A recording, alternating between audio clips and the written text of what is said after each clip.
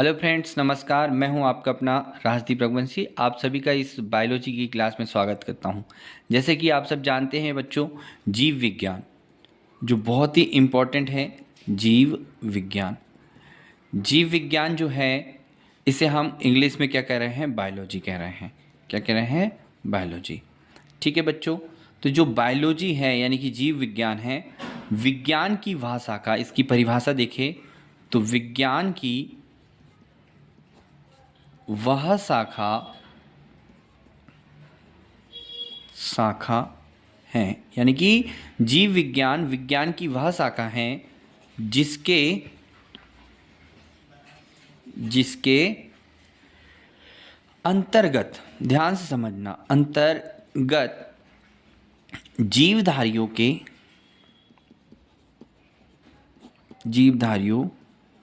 का अध्ययन कह सकते हैं, अध्ययन किया जाता है। तो जीव विज्ञान क्या है?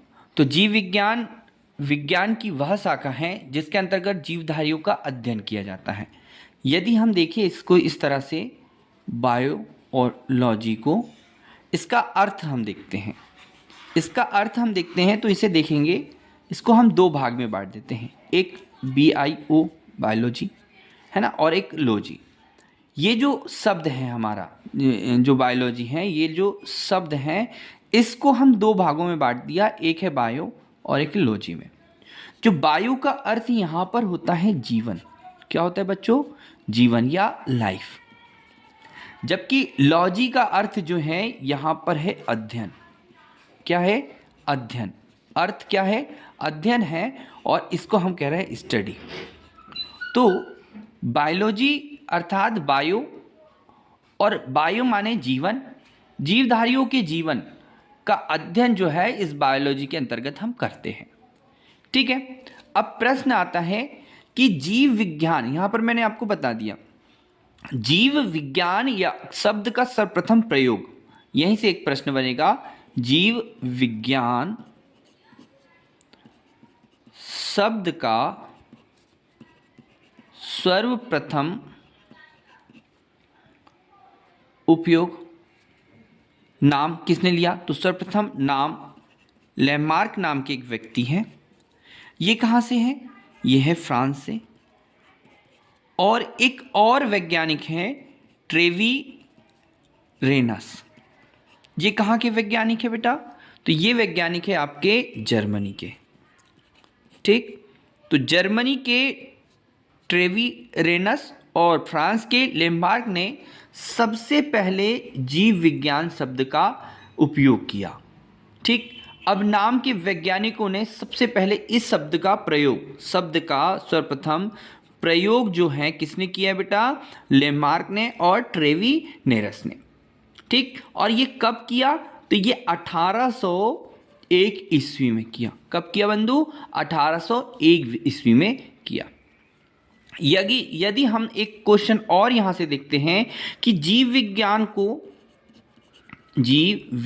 को हम अगर और आगे लेकर चलते हैं तो क्रमबद्ध विकास के रूप में हम देखते हैं, एक वैज्ञानिक आते हैं अरस्तु।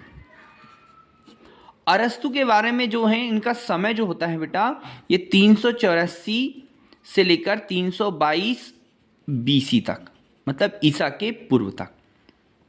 ठीक, इन्होंने सर्वप्रथम पौधों एवं जंतुओं के जीवन के विभिन्न पक्षों के विषय में अपने विचार प्रकट किए। ठीक, तो जब इन्होंने किनके बारे में?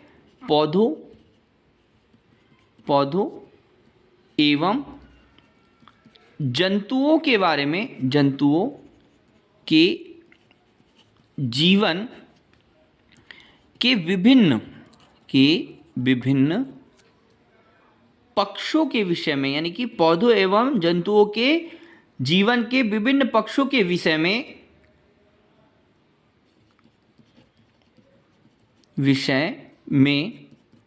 अपना विचार प्रकट किया। ठीक है, तो अब क्या कह रहे हैं? तो अरस्तु जो हैं, बहुत ध्यान से ध्यान रखना बेटा, अरस्तु जो अरस्तु हैं को जीव विज्ञान, अरस्तु को जीव विज्ञान का जनक कहा जाता है। तो आपके एग्जाम में क्वेश्चन आएगा फादर ऑफ बायोलॉजी, क्या आएगा?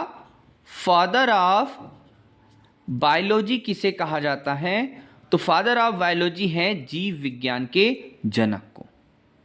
इन्हें ही जंतु विज्ञान के जनक भी कहा जाता है। क्या नाम से? जंतु विज्ञान के जनक के नाम से भी इन्हें जाना जाता है। तो जंतु विज्ञान यानी कि फादर ऑफ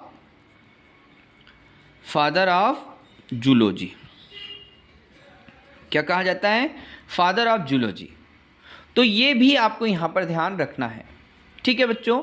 तो हम चलते हैं, देखिए पहले बायोलॉजी के बारे में हमने यहाँ पर आपको बताया जीव विज्ञान की वह शाखा, ठीक है, जिसके अंतर्गत जीवधारियों का अध्ययन किया जाता है, उनके जीवन की, उनके क्रियाकलापों का अध्ययन किया जाता है, ठीक है। यहाँ पर बायोलॉजी को हमने दो भागों में बांटा है, बायो और लॉजी में।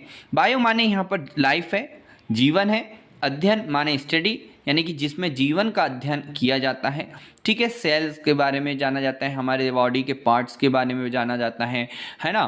तो ये सब हमारे शरीर में क्या कितने अंग है, या ऐसे ही पेड़ पौधों के जीवन के बारे में भी जाना जाता है।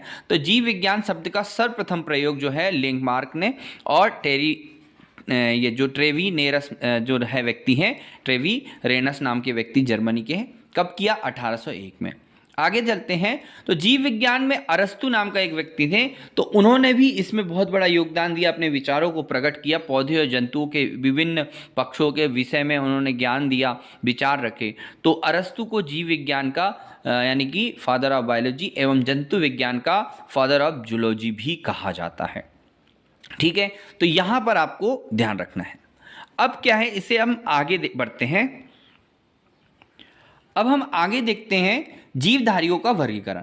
जो जीवधारियों के वर्गीकरण को अगर हम देखें तो अरस्तु द्वारा जीवधारियों को मतलब जो समस्त जीव हैं उनको दो समूह में विभाजित किया है। तो हम क्या पढ़ रहे हैं? जीवधारियों का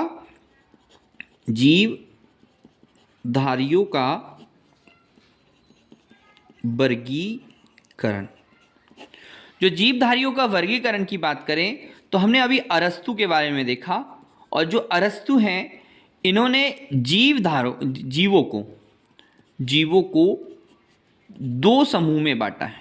कितने समूह में? दो समूह में।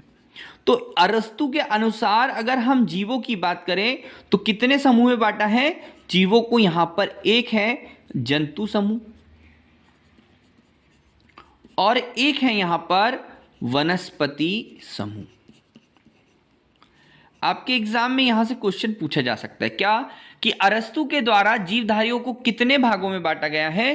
तो अरस्तु के द्वारा जीवधारियों को कितने भागों में बांटा गया है? दो भागों में। अब वो दो समूह कौन कौन से? एक है जंतु समूह और एक है वनस्पति समूह, ठीक है।